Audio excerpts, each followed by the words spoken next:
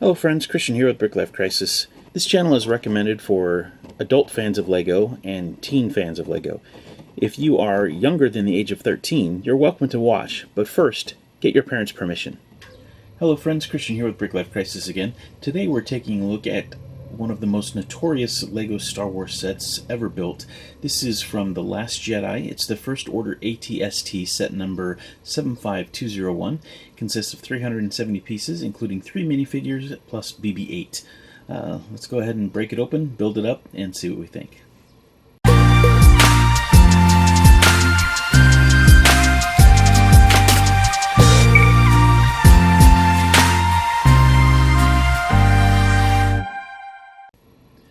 Taking a look at the back of the box, we have a little bit better idea of what's included on the inside. We have Captain Phasma and Finn down here. We have Rose Tico on this elevator side build, and BB-8 down here. And then this is the ATST, if you recall from the movie. Spoiler alert if you haven't seen it, but it's a few years old now. So anyway, this is the ATST that they blew the head off of, and so what's left of it is the Walker Sans head. And not the best idea for a set, but my guess is that LEGO was given very limited material to work from, and this was one of the things, so they decided to build it. Not very many people are happy with this set. I doubt I will be either. I'm certainly not happy with what I've seen so far, but I got this on the cheap. I think I paid $12 for this set, and if nothing else, I figure it's worth it for the parts. I am quite sure that I'm not going to leave this together. I will tear it down and use it for parts. I do kind of like the idea of having the two figures in their disguises, though, and Captain Phasma's not bad, and BB-8's cute enough. The figures are fine. The set itself, well, again, let's build it up and see what we think. So inside the box, I found 3 bags of parts, a little sticker sheet, and I was very pleased to find a flat manual with no bends or any damage of any kind, so that's pretty unusual. Alright, so this is supposedly the First Order ATST. This is set 75201, consisting of 370 pieces, and sadly, that number of pieces is not enough to build an ATST. So what they've done is given you the legs and the body of the ATST without the head of the ATST, and instead given you this very handy elevator unit. Let's go ahead and take a closer look at all of these components. The ATST starts off okay. We have 2 feet and 2 legs, and the body of the unit there with the gun and, oh wait, something seems to be missing. Yeah, this ATST is not an ATST. It is the legs of the ATST and the body of the ATST and the base of what would be the head that is missing. That gun, as you can see, is very oversized. It does have a couple of spring-loaded shooters in it, so you can shoot those across the room, so they are never to be found again. There is a cockpit area, so there's room for 1 figure to sit there. It has a console, which is fine, I suppose, but there's nothing else up in and around here as there should be. If you've seen the movie The Last Jedi, first of all, I'm sorry, but if you have, then you'll recall there's a scene where an ATST was partially destroyed and the head was blown off, in essence, but somehow BB-8 made it up there and was somehow able to pilot it around in its damaged state and save his friends. A cute moment, maybe, depending on your point of view, but yeah. The set itself, this ATST, the build is not bad. The legs and such are very similar to other ATSTs we've gotten in the past. The body is essentially the same, but they just left off the panels and the frame for the head. I think this set would have been much more accepted and loved by the community if they had included the pieces to have a full head here. Maybe somehow integrated an action feature to blow the head apart so that you could recreate the scene, or if you wanted to, you could have a complete ATST.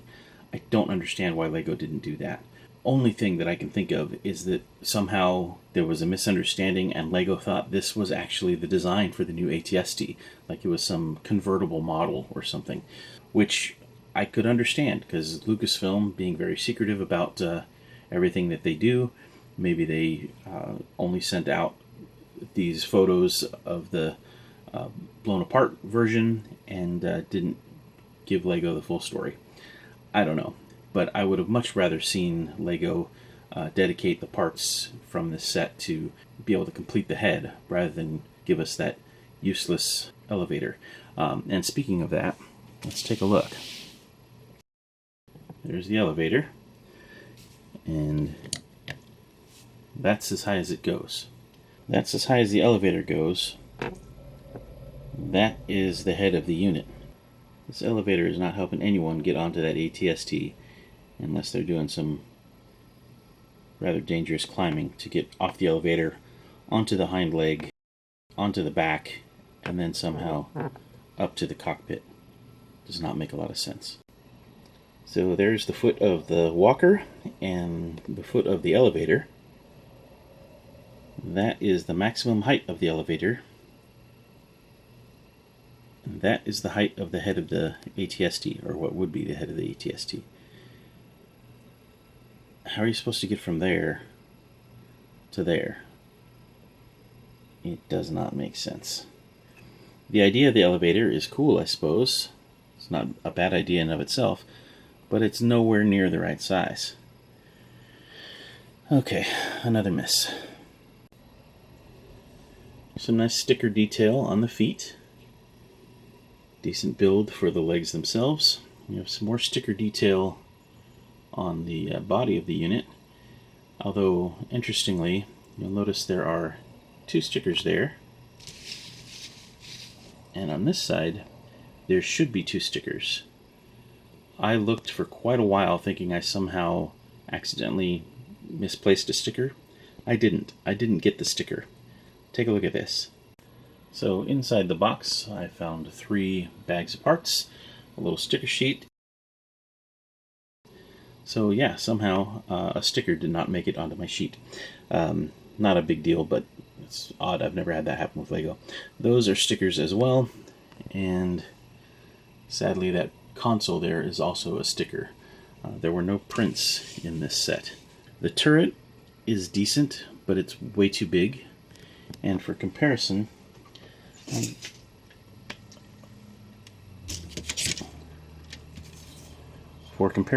there's the ATST we got from The Force Awakens, I think it was. And that turret, as you can see, is substantially smaller and more to scale to the actual in-universe unit.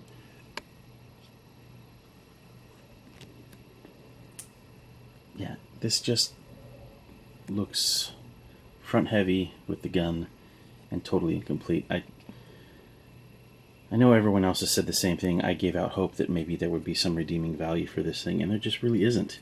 The parts usage is fine for what there is. They just didn't give you enough parts. I suppose you could go on BrickLink or something and buy some parts to recreate that head, but why bother? It's not that great. Let's see if there's any redeeming quality in the figures. Alright, first up is BB-8. We've seen him before. Cute enough, nothing special, but appropriate for this set, I suppose. And here we have Finn. I'm not sure what this weapon is. It's brick built, which is fine, but I don't know what it is. He also has a medium silver blaster, which is nice. If we take those off, then you get a little bit better look at the figure itself. Pretty good print. Front and back. I like the hat. Not a bad figure at all, really. He's pretty good, but I just have a bad taste in my mouth from this set altogether. It's nice to be able to get this Finn in the disguise. It's not a bad figure. In fact, it's a good figure. But unfortunately, if you wanted this figure, you had to get the walker to get him. Next up is Rose Tico in her First Order disguise. Again, not a bad figure. It's an interesting hat-hair combo.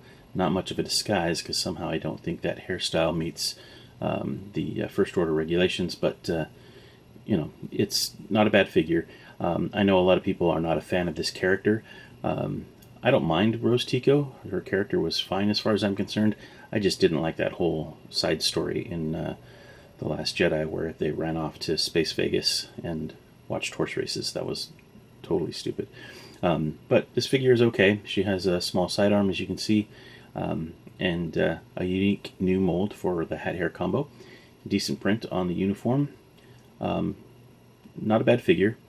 Again, it's just unfortunate you had to get this set in order to acquire her. And here we have Captain Phasma. This is a pretty good figure. She has a space javelin for some reason. And I just realized that I mixed up these weapons. I gave her the small sidearm, and she should have had that medium silver blaster. That would have made much more sense, but I didn't follow the directions. I just put these weapons on the figures. So that's my fault. Good prints, nice helmet, and decent cape. If we remove the helmet, there's just a black head underneath, which, if you've been watching this channel for any amount of time, you know that I like that, especially since we never saw her face in the film. There didn't need to be a face underneath, and that helps you from seeing flesh tone underneath the helmet. So I like that quite a bit. The figure is good. It would have been nice to get a chrome figure, but I understand Lego isn't really doing that these days. But there's Captain Phasma. Not a bad figure. Alright, and I just want to give you a fair look at this elevator unit. There's a bit of a floor to it with some red lights, I guess, made up primarily of Technic pieces. The floor of the elevator is fine. There's some studs for figures to stand on. You can put cargo there or whatever. The way this works is you have this lift arm thing and that bar that kind of holds in place. So there are 3 different positions that you can put the elevator besides down on the ground.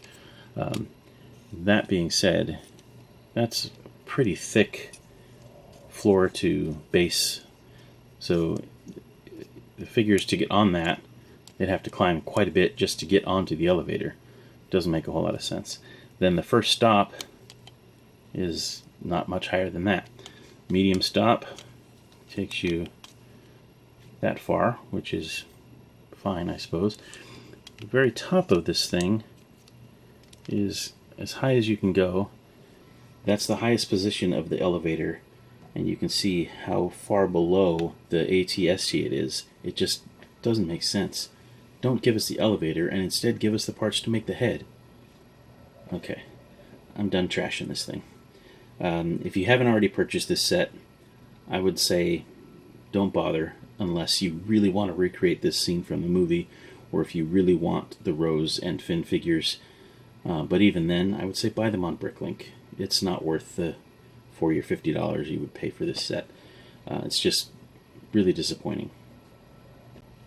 Alright, so retail on this set in the United States was $40, which is bad enough. It was £60 in the UK, which is ridiculous. But in any event, set was way overpriced, and it's not that good. The figures are good. The build that's here is pretty good. It's just incomplete. And as I say, I think it would have been much better to get rid of the elevator and give us the parts to make the head instead. If they had given us the parts to make the head, and even if they increased the price to $50, I would have been fine with that. But this is just incomplete and sadly kind of a joke. If you happen to like it, that's fine too. More power to you. I don't take anything away from anyone that likes something just because I don't like it. But it seems that it's pretty universal. This is a fairly well despised set. I think it's very odd that I got a sticker sheet that was missing a sticker. But again, I'm not terribly disappointed. I don't know what else to say. This has been Christian with BrickLifeCrisis. I hope you enjoyed the video or something. I don't know. This set has me in a little bit of a funk. I apologize. Anyway, thanks for watching. Take care, and until next time, may the Force be with you. Bye for now.